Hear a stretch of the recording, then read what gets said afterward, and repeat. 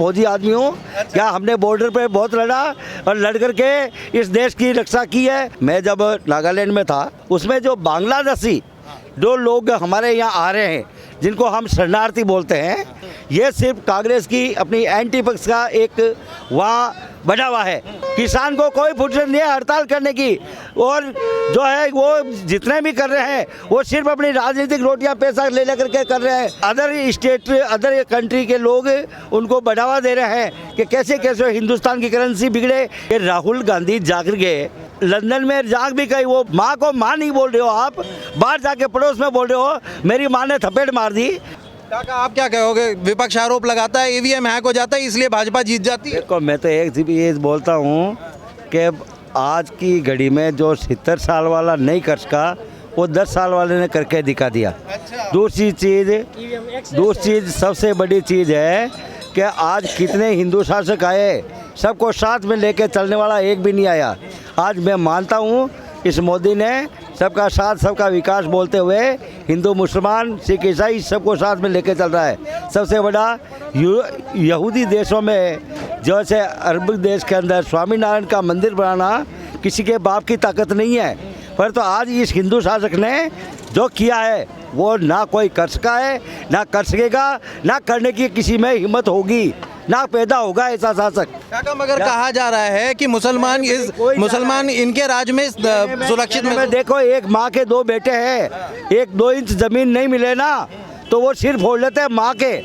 आजकल का ज़माना देखते हुए सिर फोड़ देते हैं माँ बाप के कि तुम लोगों ने सही नहीं है। जो अपने को अपना घर चलाना नहीं आता, इतने बड़े देश को जो चला रहा है, 18 घंटा जो काम कर रहा है, 4.5 घंटा नींद लेता है, 3 घंटा अपना भगवान को देता है, वो ऐसा ऋषि पुरुष कोई नहीं होता है और ना होगा। मैं तो एक चीज़ बोलता हूँ, मैं किसी चीज़ के ऊपर नहीं है कोई धर्म, मैं तो एक्स सर्विसमैन आदमी हूँ, फौजी आदमी हूँ।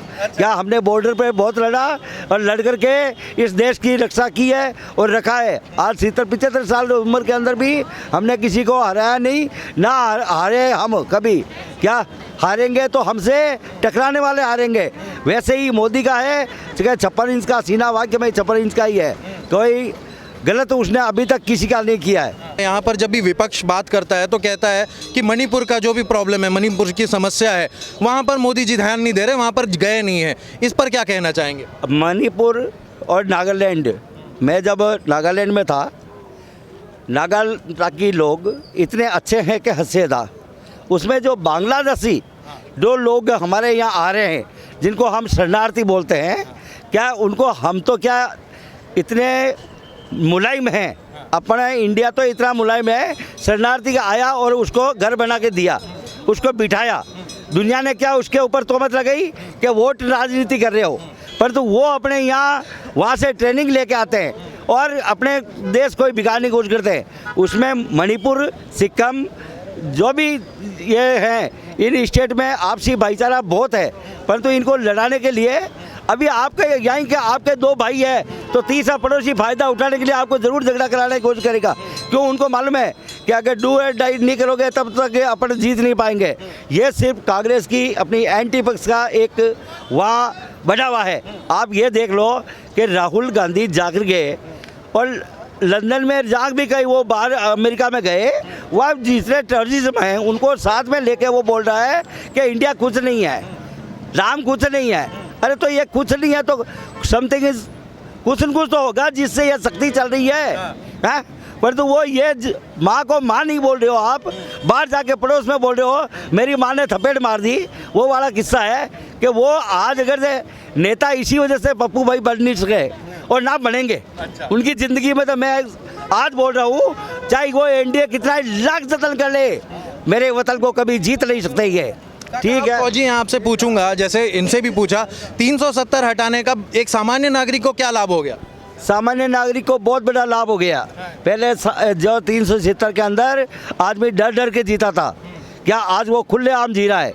370 में सिर्फ परिवारवाद ही चलता था कि वो जहाँ शेख साहब आते तो 15 अगस्त का झंडा ले रहा था, नहीं तो वो 15 अगस्त का झंडा हमारा नहीं होता, वो कश्मीर का होता था।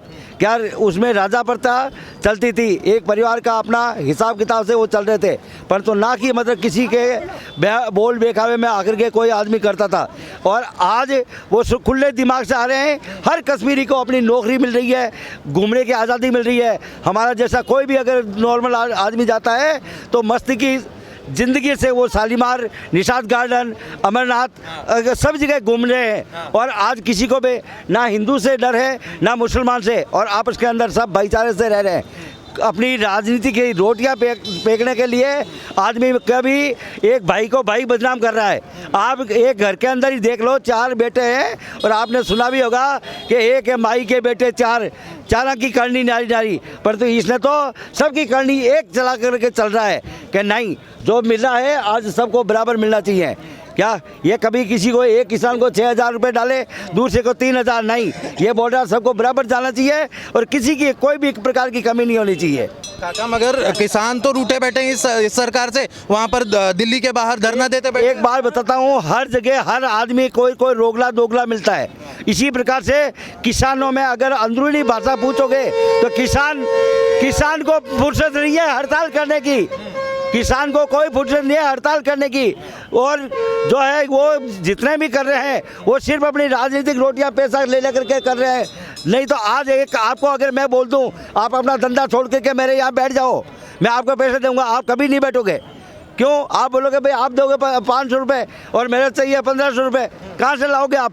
परंतु जिसको घुसपैठिया या जो हमारे देश के ऊपर आज बर्बादी करने के लिए बहुत है, परंतु ये सिर्फ अपनी एक ताकत और इकोनॉमी की जो बढ़ रही है, इससे थोड़े डर हो रहा है कि आज वो कितना भी कुछ है, अगर गलत होता तो नरेंद्र मोदी कभी किसी को कुछ आज तक बोला नहीं है। इसी प्रकार से किसान नेता को जाकर के और अपना जो एग्रीकल्चर मिनिस्टर हमेशा समझाते हैं, पहले तोमर जी समझाते थे, अभी और समझा रहे हैं, समझते हुए बाकी उनमें ज़्यादा तक आपको मालूम होगा कि आतंकवादी ही हैं, जो अदर स्टेट अदर कंट्री के लोग उनको बढ़ावा दे रहे हैं कि कैसे कैसे हिंदुस्तान की करेंसी बिगड़े, हिंदुस्तान का हर एक प्रकार से जो बगला जो गलत हो रहा है वो ज़बरदस्ती कर रहे हैं। बाकी एक और प्रश्न आपसे पूछना चाहूँगा।